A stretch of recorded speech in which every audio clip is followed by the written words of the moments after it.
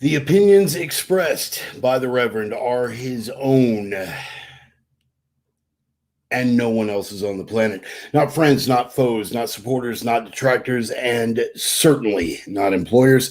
They have been adjudicated thought crime in all jurisdictions. Consider yourself warned. They are coming from the heart, they are guided by the mind, and they are guaranteed to choke you with a big, fat dose of the truth cock.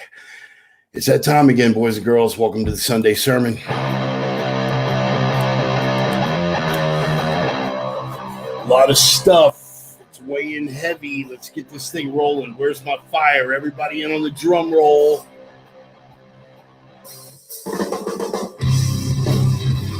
All the subtlety of James Cameron directing a Tarantino screenplay. All the nuance of an ice pick through the forehead. It is that time. Back with the Sunday sermon. Everybody checking in. We have the lovely Oksana on board. Sergey loves you too because Russia. Got Joey, the Sultan of Sarcasm, and of course, Emmy. We got brother Wayne Sharp from Tar Heel Country. Good to see you, brother. And of course, the mighty Bone Sayabongsa. We'll be telling a lot of those old stories, man, in the coming weeks, man. But today, let's stick with the stuff that's been weighing heavy on my heart and on my mind.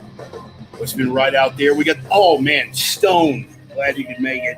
By the way, if you guys are appreciating the quality of the camera and the sound quality, you can thank Brother Stone for that. He was kind enough when I was back in Iowa a couple months ago to send a little care package with a top quality webcam and a great microphone. And Stone, I appreciate you.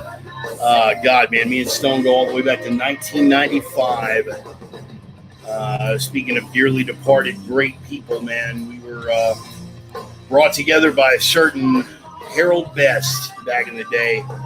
Another guy that we've lost tragically in the last couple of years. That is one of the curses of getting old, is living long enough to see all the good people around you die.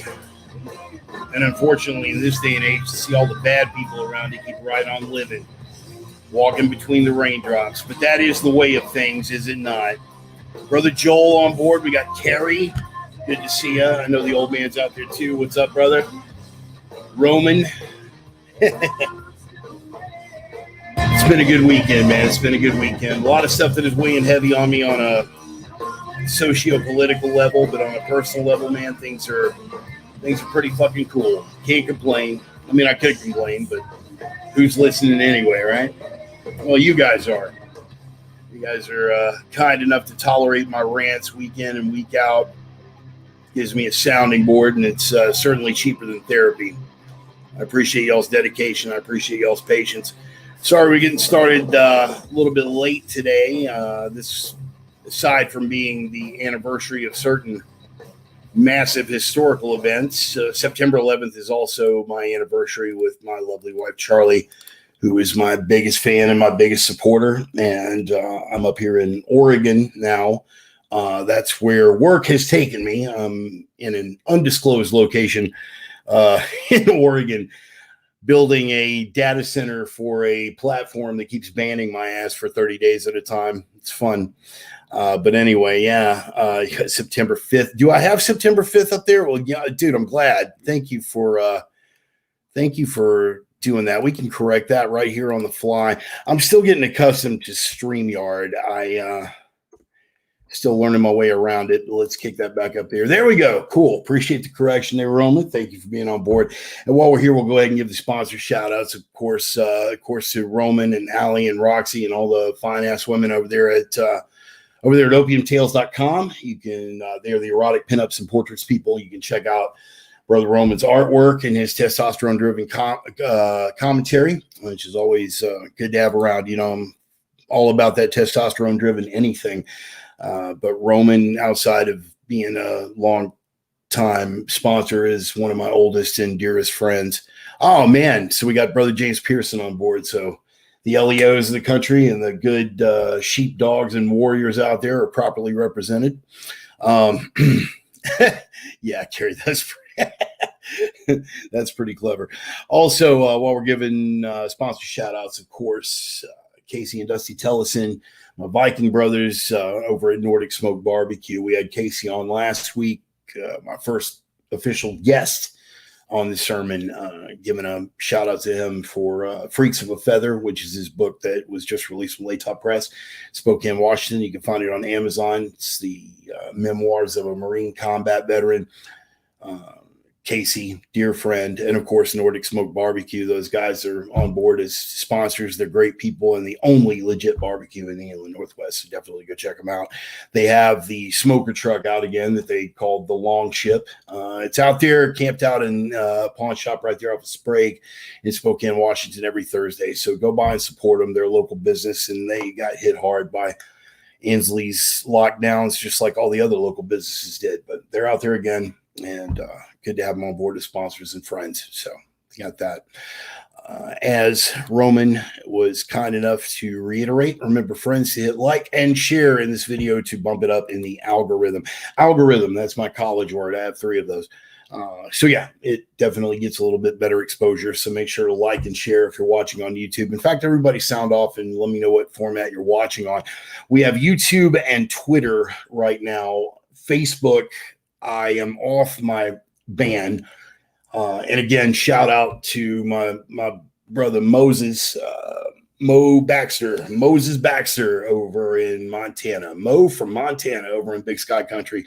He holds it down for me every time I wind up on a 30-day Facebook ban, and he held it down for me this time. And during the ban, there was some really, really heavy stuff that went on. As you guys know, my best friend of 30 plus years, Mr. Saul Solis, passed away tragically, and I was locked out of any social media commentary. So Mo was able to pass along some of my posts, and that was a great relief to me. So thank you to Mo for that.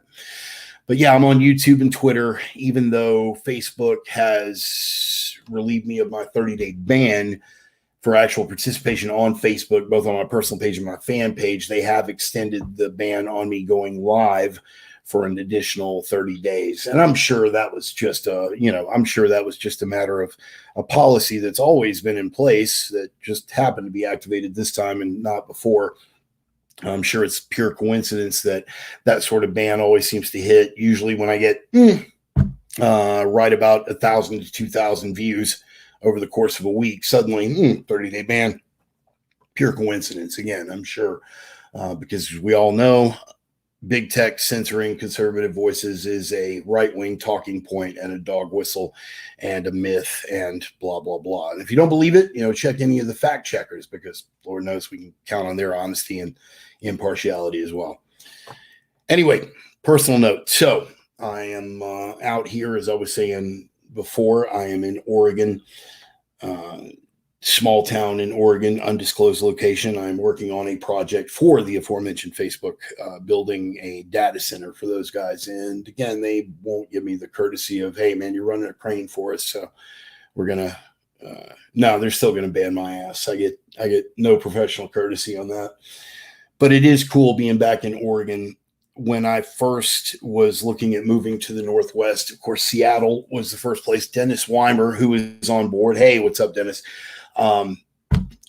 My introduction to the Northwest was through Dennis. I was living in Houston. He got a job offer up in Seattle, Washington. I helped him move from Houston, Texas to Seattle in a Toyota minivan that I was driving at the time. And you guys will remember that model of van. It looked like a spaceship, man. It looked like a shuttlecraft from Star Trek. And I had one, and it was a cool little van, and that was a great road trip. It opened my eyes to a whole lot of things on a whole lot of levels, but it was also my first introduction to the Pacific Northwest. And I vowed right then that someday I would live there. Seattle was the first place that I thought of. And then as the years progressed, back in 99, I got exposed to Oregon. Oregon, prior to that, had been a stretch of I-5 between Washington and California anytime that I went through before. But in 99, I was up here doing a satellite repoint project and got to see all of Oregon. The repoint project was for the Mormon church, the LDS church. And so we had to repoint the satellite dishes at all the different temples in all these little small towns. And we were all over the state. And I really, really fell in love with the state of Oregon.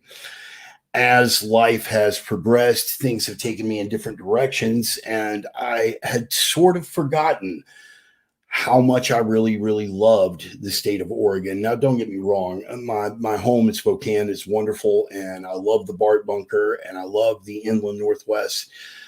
But being here in Oregon again, September 11th, outside of being what we know it to be on a historical scale, September 11th is also my anniversary with Charlie, my wife, my biggest fan, my biggest supporter. And being in Oregon, she flew up here to the small town where I'm assisting with that project. And we took a long weekend, and I've sort of reacquainted myself with the state. And it's got me reflective on a whole lot of stuff. I've been looking to Montana and North Idaho for retreat properties and things like that. But I'm having to give Oregon another thought now, because I had forgotten exactly how beautiful and how geographically and topographically diverse this place is. It's a place of just breathtaking beauty and wonder across the board. From the high desert country, we went up to Crater Lake. I had never been to Crater Lake before. Of all of the national parks that I'd been to and all of the opportunities that I had to visit Crater Lake, I had never done that. And Charlie had not seen it either. And we decided that was something that we could do together for the first time. So we went up to Crater Lake National Park, and it met and far exceeded expectations. It's unbelievably beautiful up there. And from there, we went on through to, we went through the town of Eugene and then off to the coast and all the way up the coast. And you guys who have been around, that there is a particular spot on the Oregon coast where, in the untimely and unfortunate event of my death, untimely or unfortunate, depending on who you are and how you view me, there is a place up there in particular where I want my ashes scattered. And I took Charlie with me to show her that spot. And it's a very, very beautiful spot there on the coast in Oregon. So I have spent the weekend with my lovely wife, reacquainting myself with this beautiful state. And it has reinvigorated me on a whole lot of levels. And it was a really, really fantastic experience. And I got to see all of that stuff all over again. And even the stuff that I'd seen before, got to see it in a new light and with a new pair of eyes and a new heart and a new mind. I'm finding myself very, very reflective these days, owing to the loss of my best friend and the things that are happening on a geopolitical front right now. The stage that I'm at in my life, there's a whole lot of processing and a whole lot of changes. In fact, while I'm here on StreamYard, I'm going to go ahead and punch this up because it was a post that I made earlier in the week, and I stand by the post. I stand by its sentiment and everything that went into it.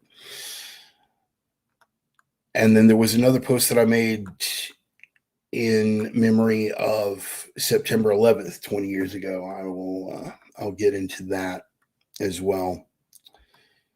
But I'm going to dig through here and see if I can find that post from earlier in the week. Here we go.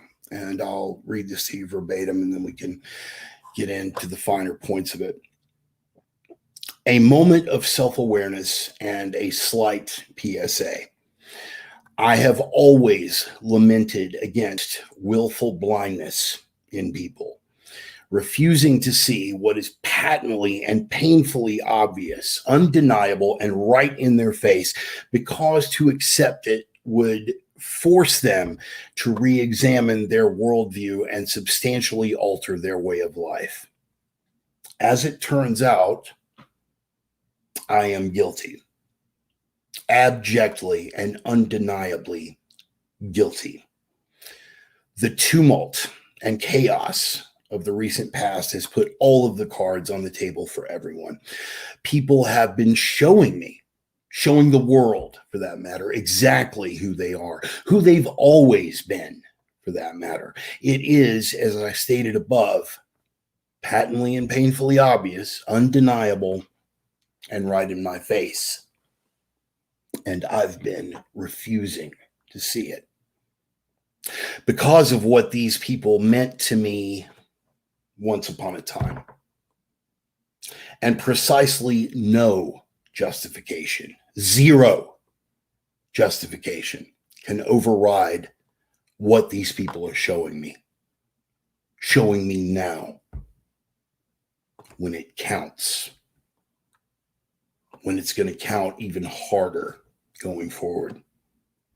And upon sincere and deep reflection, there is only one reason these people are still in my life, even on the periphery. And that is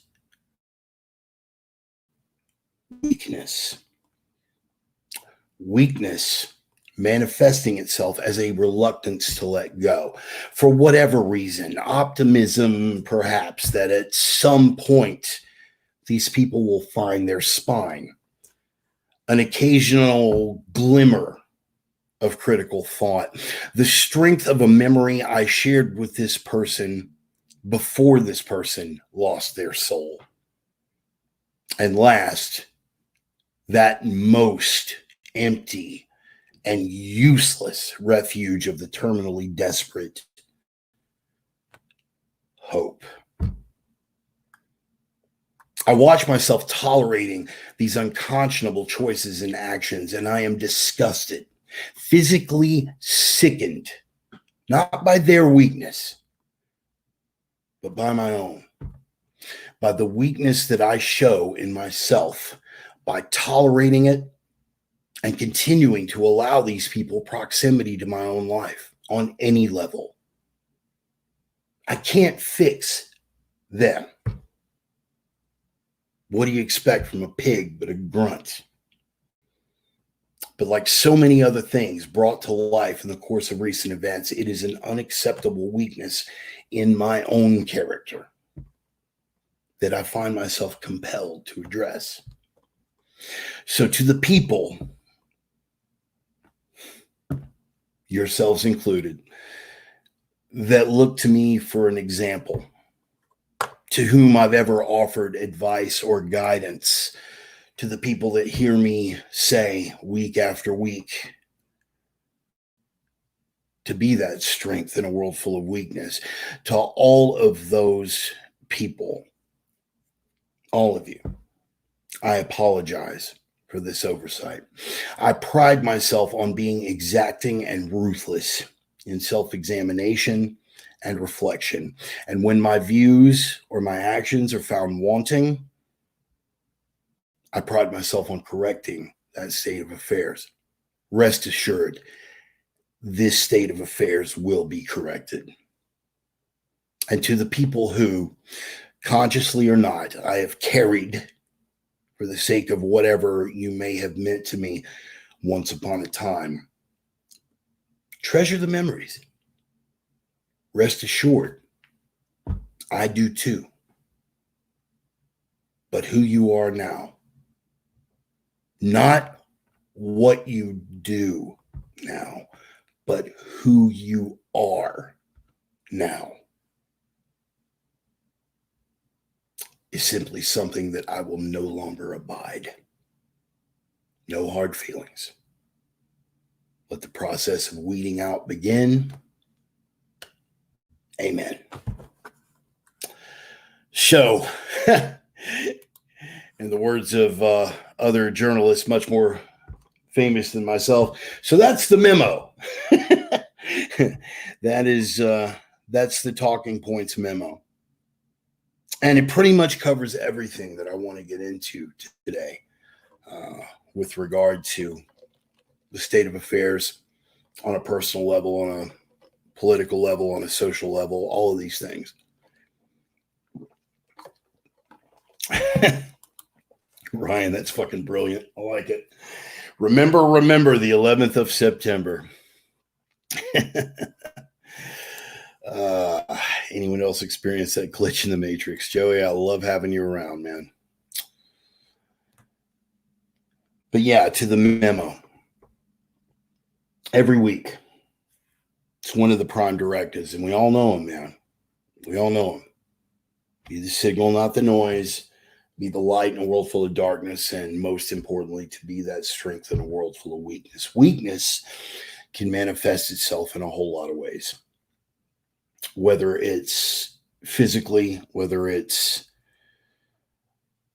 ethically or morally, whether it's flaws on a personal level, refusing to acknowledge where problems exist, refusing to acknowledge where people are dead weight, refusing to acknowledge things within yourself that no longer serve a constructive purpose toward making you stronger, toward making you a better person, whether that's making you harder to kill, or whether it's making you harder to fool, to advance yourself constantly on a physical level, on an intellectual level, on a moral and spiritual level, to improve. Failing to do that when things are crystal clear and you know that you need to do it is an inexcusable weakness. And over the course of recent history, both with developments on the world front and developments on a personal front, I had to acknowledge that weakness in myself. And it was none too subtle, as most things in my life are. It hit me like a sledgehammer, man. It really did. A lot of it with watching the way that people capitalized for their own self-aggrandizement and capitalized for their own selfish, insidious little agendas after the death of my friend. In watching the way OIPs, hashtag OIP, otherwise intelligent people, have acted in response to these developments on a national political front.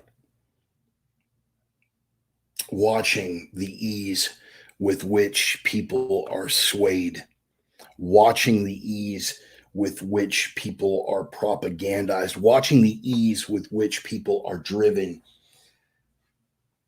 to indulging worldviews and indulging behavior patterns that not so very long ago would have been anathema to their entire existence.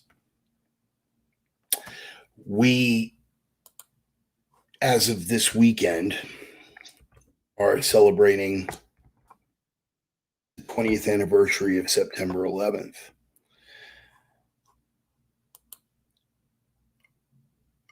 I watch now as some of these people who stood side by side with me in lamentation of the Bush administration and everyone that's followed their response to the attacks of September 11th. My own views on September 11th have evolved over the years. I've parted ways with the conspiracy crowd on a whole lot of levels. But all of the ways that my beliefs regarding that tragic event, all the ways that my beliefs have evolved, all deal with the subtleties and the nuances.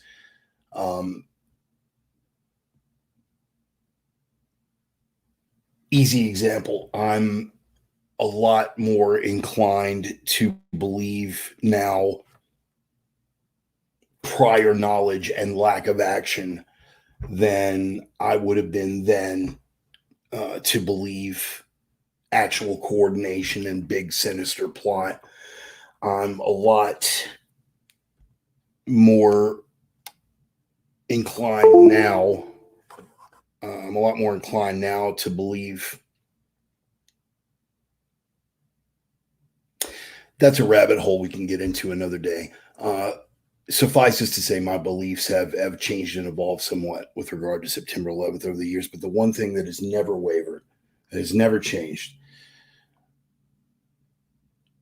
was my outright and vocal and vehement and adamant objections to the overreach of power from the executive branch that came as a response to the attacks of September 11th.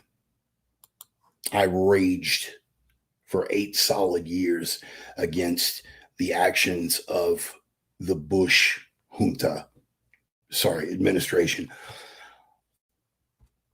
For the first 4 years of that, the Alberto Gonzales DOJ and the surveillance state and extraordinary rendition and the data collection and all of these things that were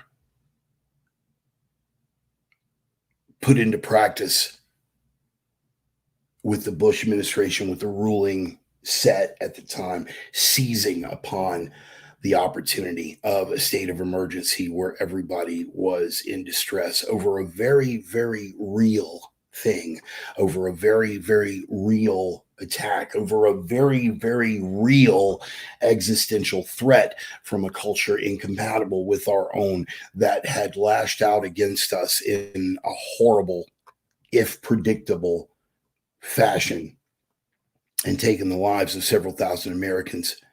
That was tragic enough in its own right.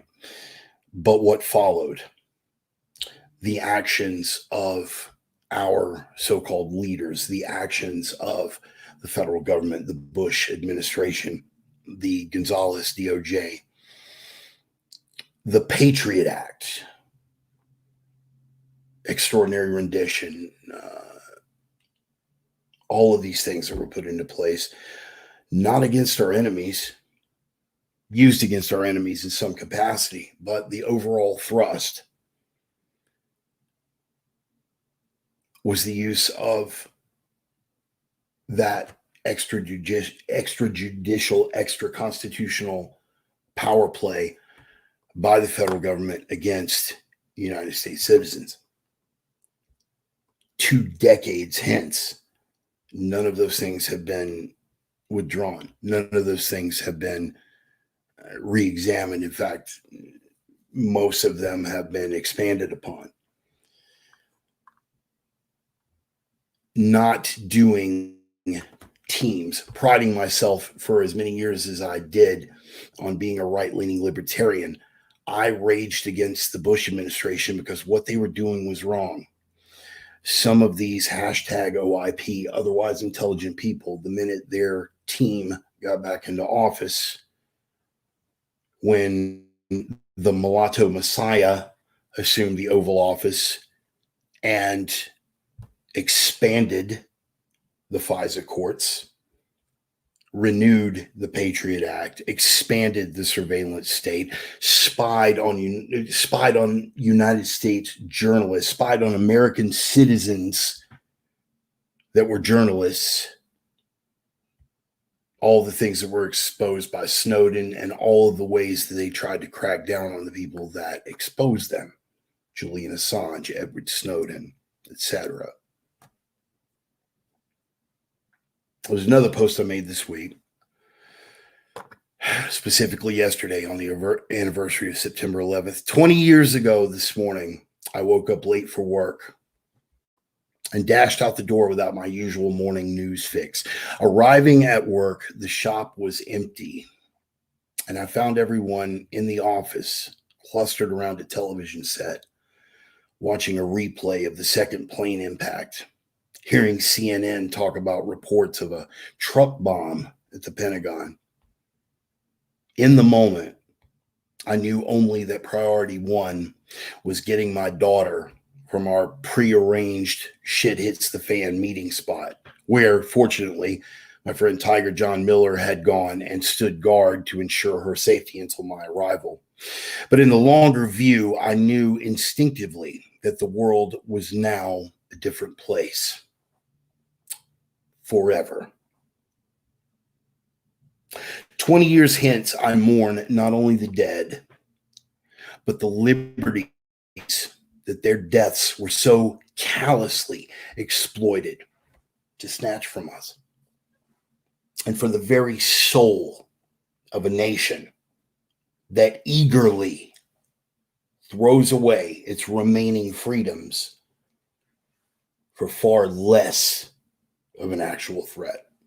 I pray for the fallen. I pray for their families. And I pray that we, as a nation and as a people, properly honor their memory by steeling our spines to hold on to what liberties remain from any, within or without, enemies, foreign or domestic, that would seek to steal them away. Amen. That's what I think of when I think of September 11th. And again, just like our, yeah, Ryan, spot on, spot on. When I think of September 11th, much like the previous generation that could all remember exactly where they were and what was going on when JFK was assassinated, it's a moment that was seared into our individual memories. It was a moment that was seared into our collective memory. It's a horrifying thing. That morning rolled pretty much exactly as I described it in the post. Normally I would watch the news every morning before I left out, so I would have something to be frustrated about over my first cup of coffee. And but I missed it. I woke up late for work. I mean, I was in a hurry. I was hauling ass to get out the door, speeding all the way to work. I was working for a satellite company at the time. And then I rolled up and the bay door was open, but nobody was out in the shop. Everyone's car was outside. What the fuck is going on? Walked into the office and they're clustered around a television set. And I remember one fellow, John Rose, he turned around and looked. He was like, "Oh, man, I got to know what the hell you think about all this." And I'm like, "What I think about what? What the fuck's going on?" His jaw dropped. "Well, what? Bro, come here. You got to see this." And I stood there in slack-jawed disbelief, watching the replay of the second plane impact. They were continuing to show that second one and occasionally would bounce back and show the first one and whatever footage they had and whatever updates they had. The information was coming in. The line at the time was that we have word that a truck bomb has been detonated at the Pentagon. And there were some words about a plane that had gone down somewhere in Pennsylvania, but details were very, very sketchy. And while watching this, I watched it the first hour coming down. And a million and one things went through my head. I was all spun up. Who the fuck did this? Is this a legit attack from Islamic radicals? Is this a false flag? Is this a Mossad operation to sweep us into a new wave of wars in the Middle East? Is this our government doing this and that? 101 things going through my head. And then that voice came through that pushed away all the other voices and said the three critically important words. Does it matter?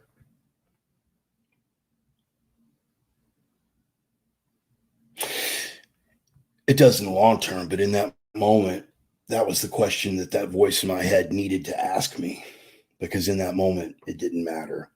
Priority one was I had to get my daughter.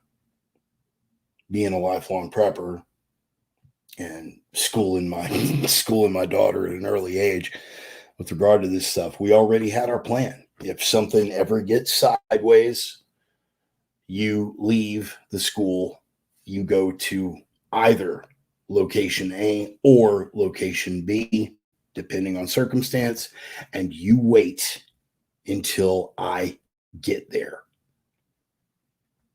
If I send someone to get you because I cannot get there, you will ask them this question, and this will be their answer. If it is not, skedaddle the fuck out of there. We had it all planned out. And you think about this stuff now in peaceful times and you kind of laugh at it, but the importance of it demonstrated itself that day because my daughter Alex did exactly what she was supposed to do. And thankfully, Tiger John, my Houston tattoo guys will know who Tiger John is, but he was one of my network, and he went to location A and had the correct answer to the question, and he basically stood guard with Alex until I could get there. And I grabbed Alex, and we went back to my spot, and that's when we started processing everything. My phone was blowing up for the rest of the fucking day. Everybody wanted to know, what is your thought? What is your thought?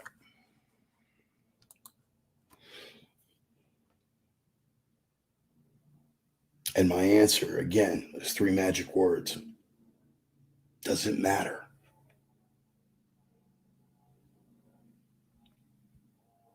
Right now, in that moment, it didn't matter what my fucking thoughts were.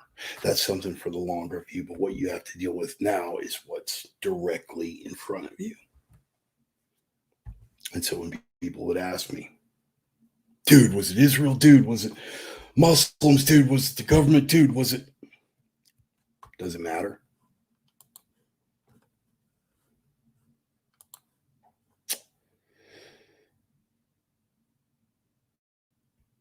"20 years later, all of these things that we were told were temporary measures. I know we're giving up our liberties, but it's only temporary. This is a matter of national crisis. How you feel about it and your freedom. Yeah, well, you got to think about other people because your freedom doesn't override the need for security. Your freedom, your right to privacy is not as important as the right of the rest of us to be safe. Besides, do you have anything to hide?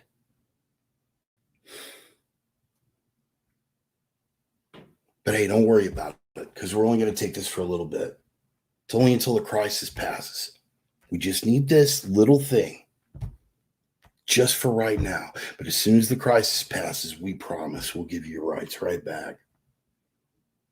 By the way, do any of your neighbors have any of these books on the shelf? Do any of your neighbors express this sentiment or that sentiment?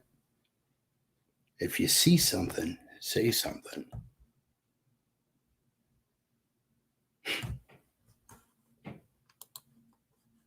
If you see something, say something.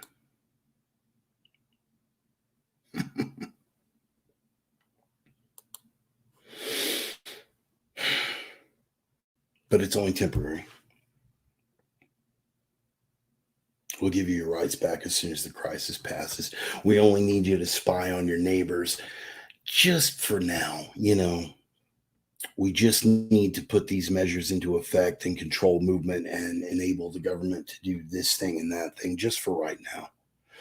It'll all pass just as soon as the crisis is over. We got to get this guy bin Laden. See, bin Laden's the mastermind. And the way to go about getting that mastermind bin Laden is to bomb a shitload of countries that had nothing to do with this. The fact that what we're doing just so happens to put billions of dollars in the pockets of corporations that have inordinate amounts of lobbying power in Washington, D.C. That's purely coincidental. The fact that Halliburton KBR is getting no bid contracts to the tune of billions of dollars, and the fact that our vice president at the time might be a little connected to Halliburton KBR, purely a coincidence. What you have to focus on is the bigger picture. We're keeping you safe. We're looking out for your freedom by taking away little pieces of it. But we'll give them back to you as soon as the crisis passes. What's the long-term benefit? And again comes the question, does it matter? What is the long-term goal? How are they fucking manipulating us? Does it matter? Does it matter? Because right now we got to deal with what's right in front of us.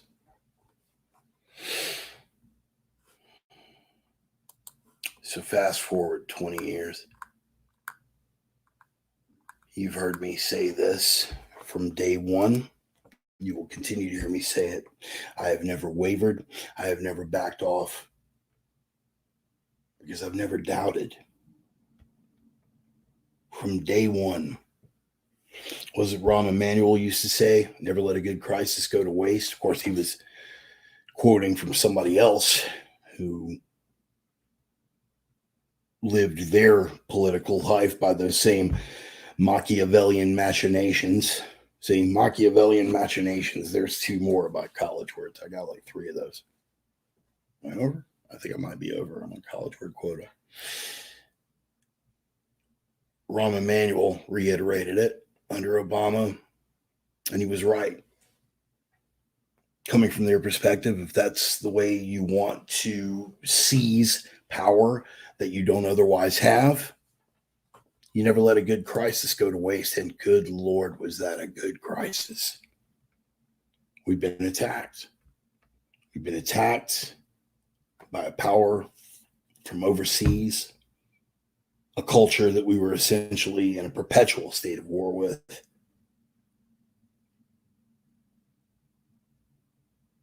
The optics were undeniable. The picture of these monuments to American capitalism and its successes tumbling, pancaking into their own footprint at better than free fall velocities. Again, not going to go down that rabbit hole, but these monuments to American success crumbling, the optics of that, visceral, bing, right there in your face, undeniable. Thousands of people dead.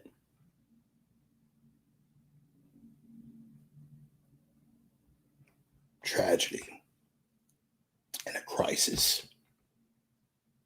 a bolt out of the blue, an attack. And this could happen again anytime. Are you afraid?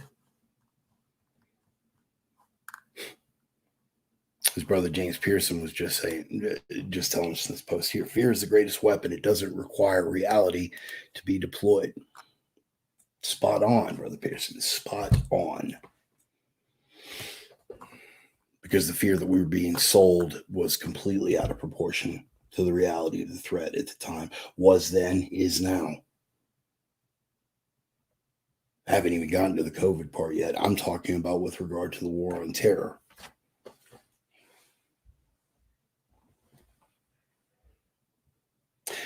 Which is not to say that there aren't elements of reality in the fear that they're trying to sell us.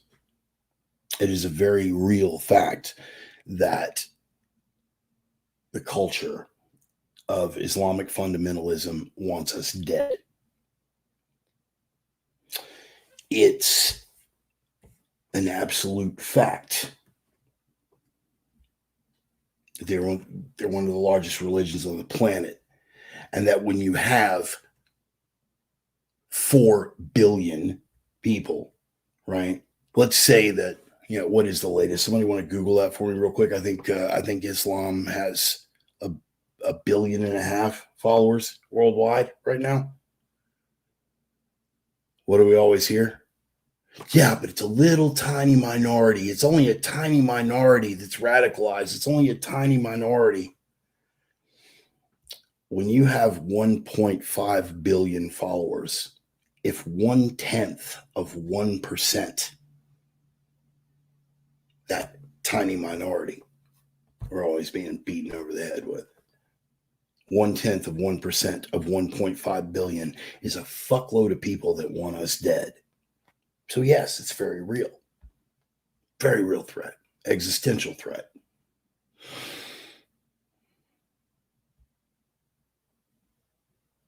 So it seems to me like you would want to deal with the threat directly.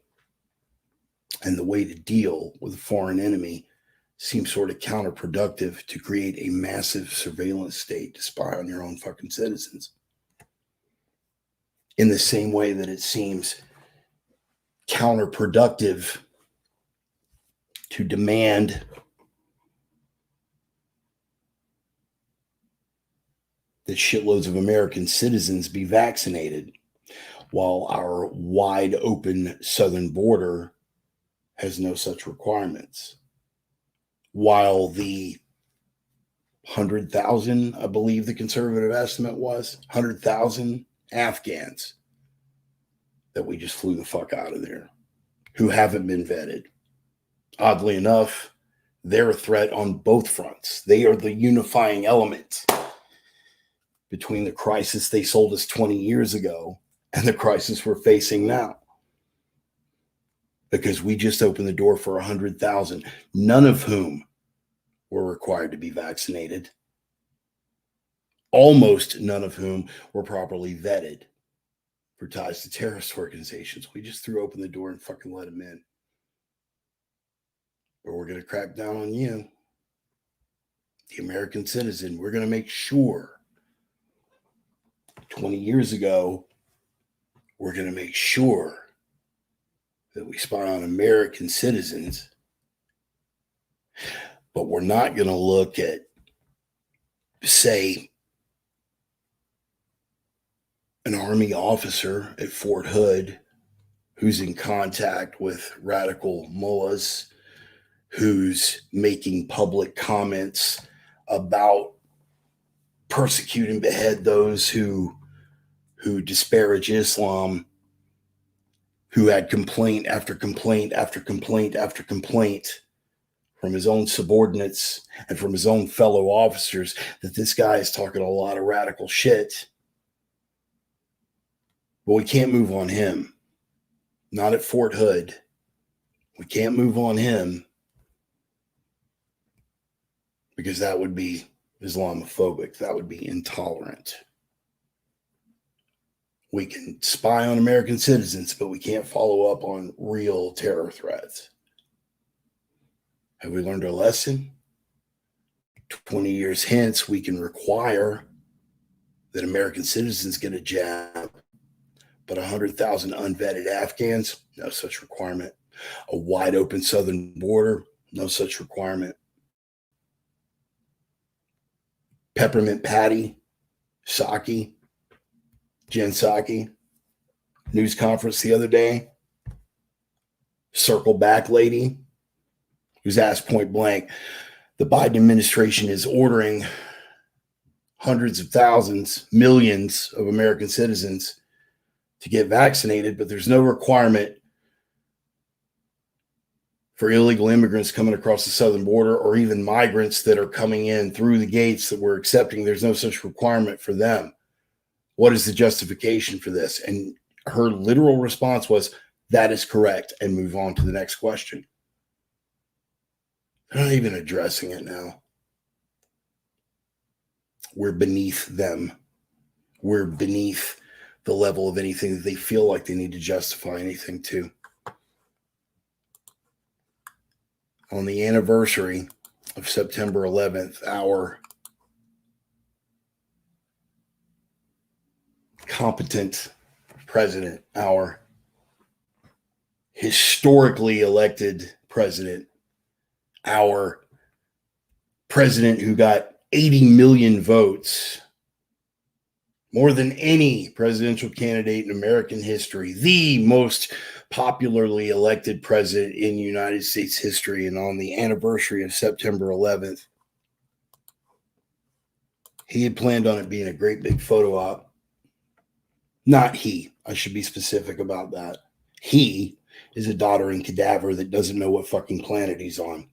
But his handlers thought it was going to be a spectacular photo op, the most popularly elected president in United States history, ending our 20-year war in Afghanistan, doing what Trump and no one else before him could accomplish. And we got all our people out, and everything was magnificent, and we did it on the anniversary of the attack that set all of this in motion. Boy, it was going to be a big old PR success. Only they fucked it up so catastrophically that not even CNN could cover for them. They fucked it up so catastrophically that no amount of PR spend could make even the faithful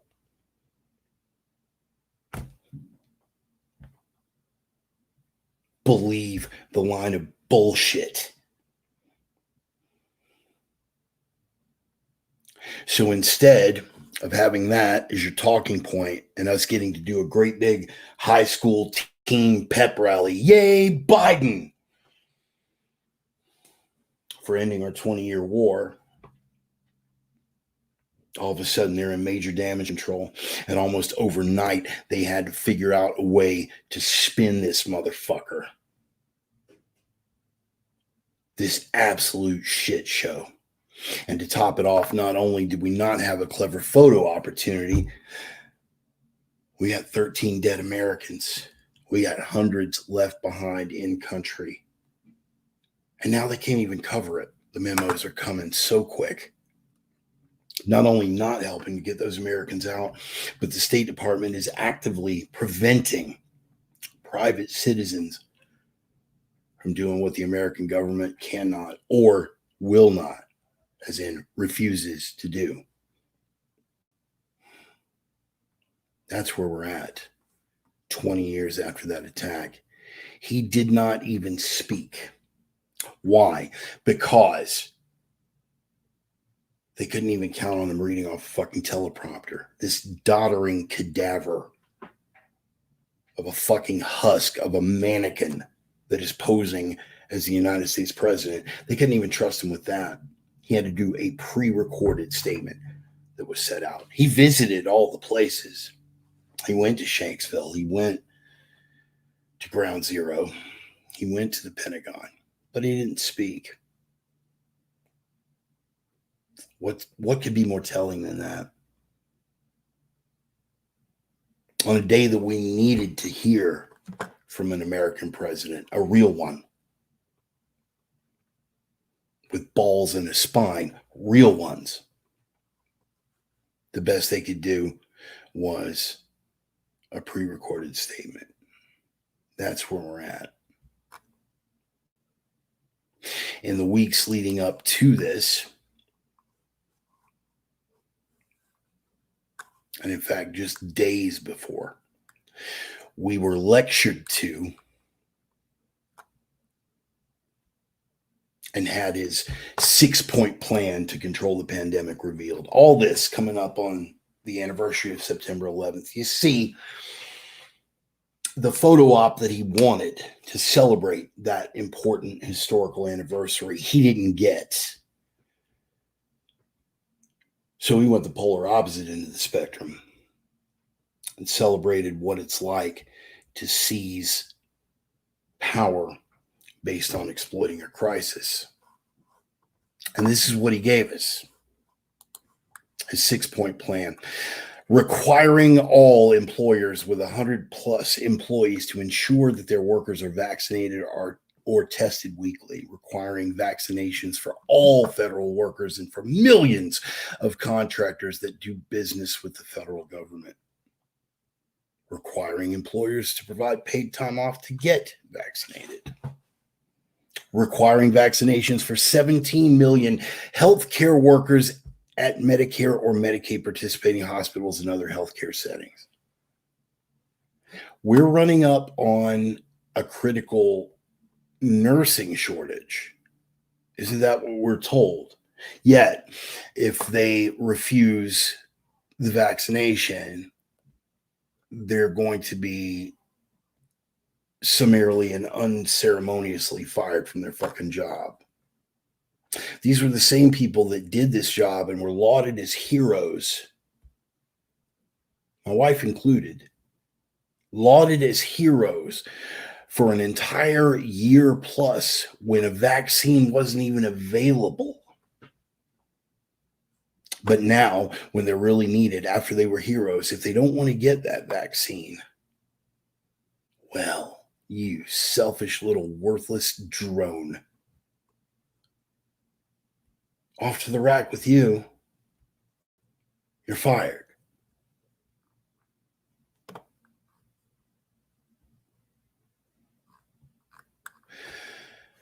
Mandating that school personnel, teachers,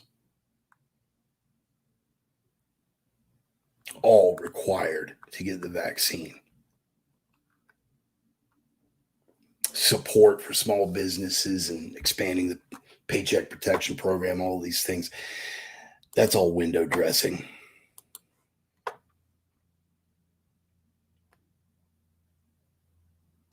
Need to start asking ourselves the most basic of questions. For instance, a federal mandate for all companies doing business with the federal government, a mandate for all federal workers or employees of contracted companies doing work for the federal government. Only postal workers are exempted. Remember, kids, it's all about public health. It's all about controlling the spread of the virus, which is why we're requiring all these vaccines for all these different employees and all these different groups, but not for postal workers. How many postal workers, you may ask yourself? I'm so glad you asked. 640,000 plus. 640,000 people who are in contact with the public every single day, who are walking through neighborhoods, handling packages that are handled by other people and putting them in boxes and interacting at way too close for social distance space over the counter at the post office. They're exempt.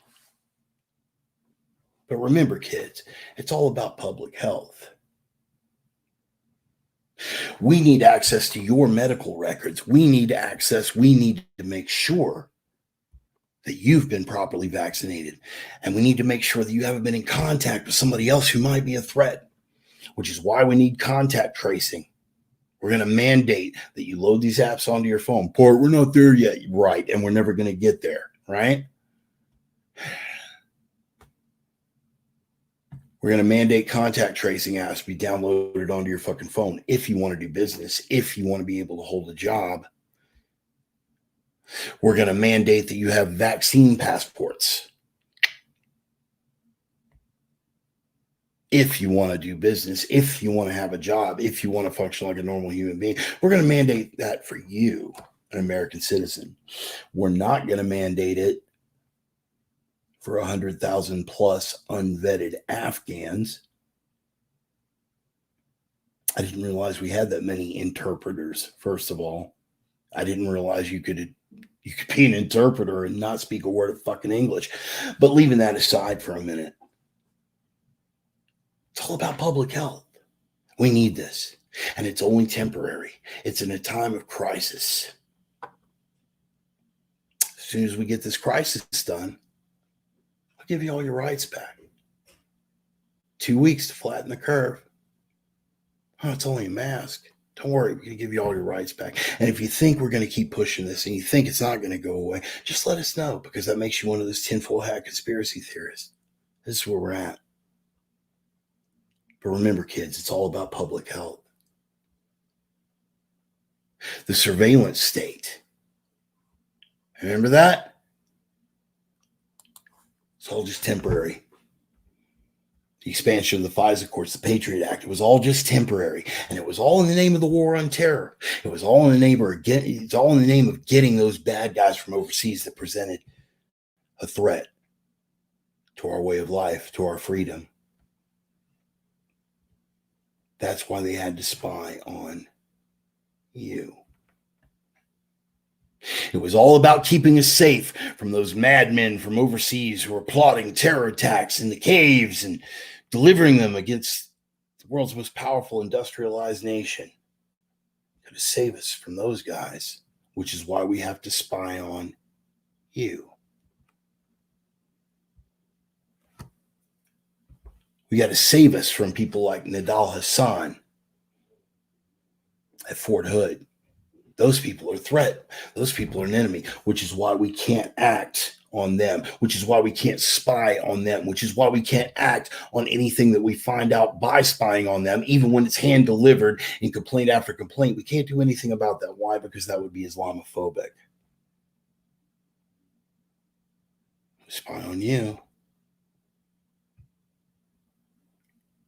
We have to mandate vaccines. See, we have to make sure that you take the jab, and we got to make sure that we can verify that, because it's all about public health. We're trying to save you from the menace of a terrible pandemic. We're trying to save you from the menace of one of the deadliest outbreaks in the history of mankind that just happens to have a 99.97% survival rate independent of comorbidities, but it's dangerous, spooky, spooky, spooky, and we got to save you from that, which is why we have to mandate the jab for you.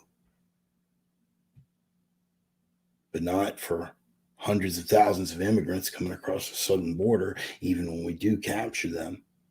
Not for the 100,000 plus Afghans that we just brought over that we haven't even vetted for the first threat. Remember the foreign powers that wanted to kill us? We haven't even vetted them for the first threat, and we're certainly not going to mandate that they get the jab, but we're going to do it for you.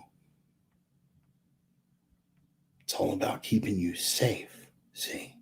And it's only for a minute. We're going to give you your rights right back just as soon as the crisis is over. We promise.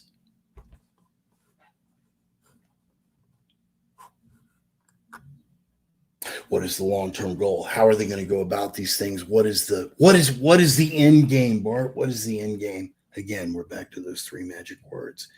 Does it matter?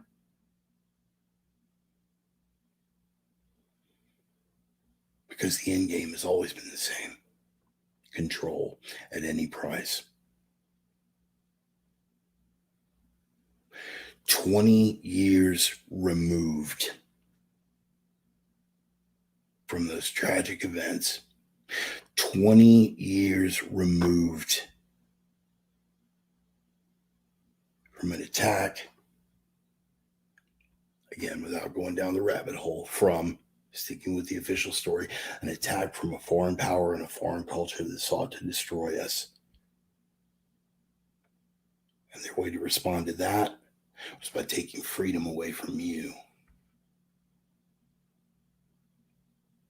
See, the end game has always been the same. Power at any price.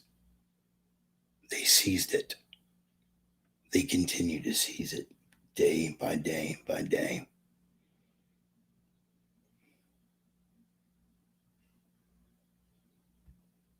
We have an historical point of reference for how this ends.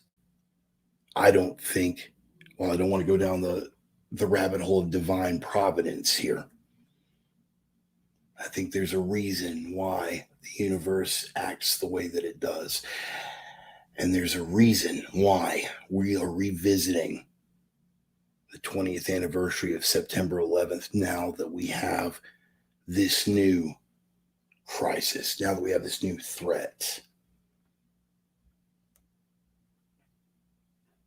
You heard me say from the outset, and I stand by it, this virus is the perfect boogeyman. You can only kill bin Laden once. Even if you go down the whole list, you can only kill Soleimani once. Al-Awlaki once. This They got a brand new boogeyman every cold and flu season. They just assign it a new Greek letter and send that mad owl guy and the rest of them scare the shit out of the American public with it. But we don't do black pills around here.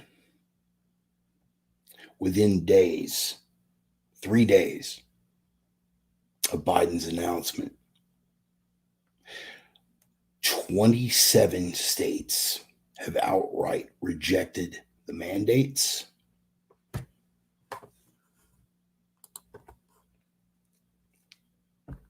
And according to the Associated Press, 40 states now have bills pending in their legislatures to refuse to enforce the mandates that have already come down the pike, and in anticipation of whatever else they might have in store,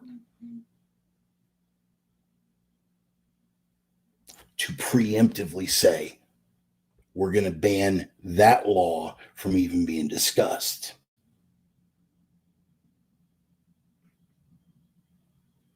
The writing's on the wall, people. And much to the chagrin of the ruling class, 20 years after the events of September 11th, the people are learning how to read.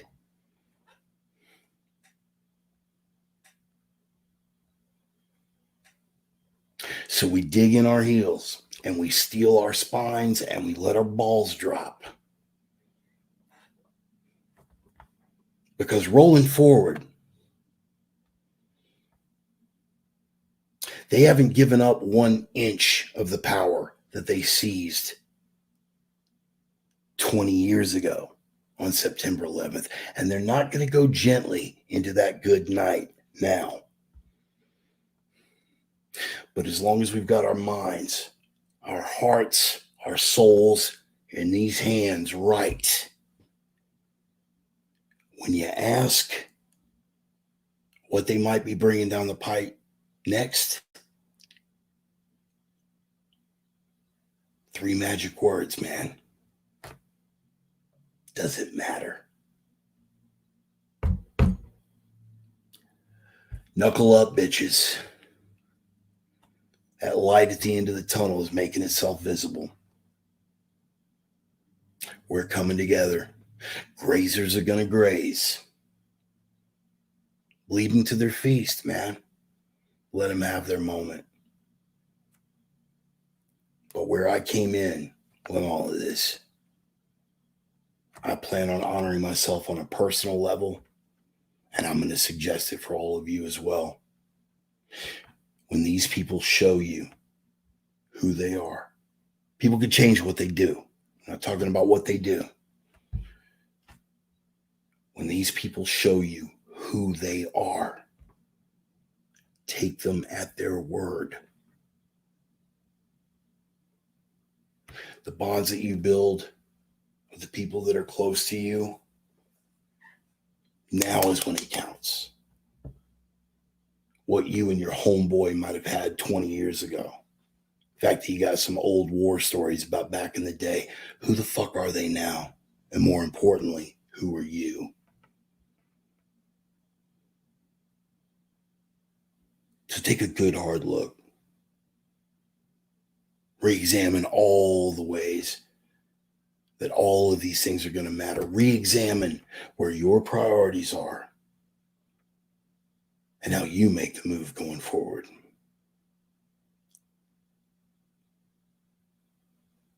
But make sure that every move you make going forward gets you right. Here, here, here. Because the strength that you possess is what's going to carry you. Everyone else outside of you is an external attachment.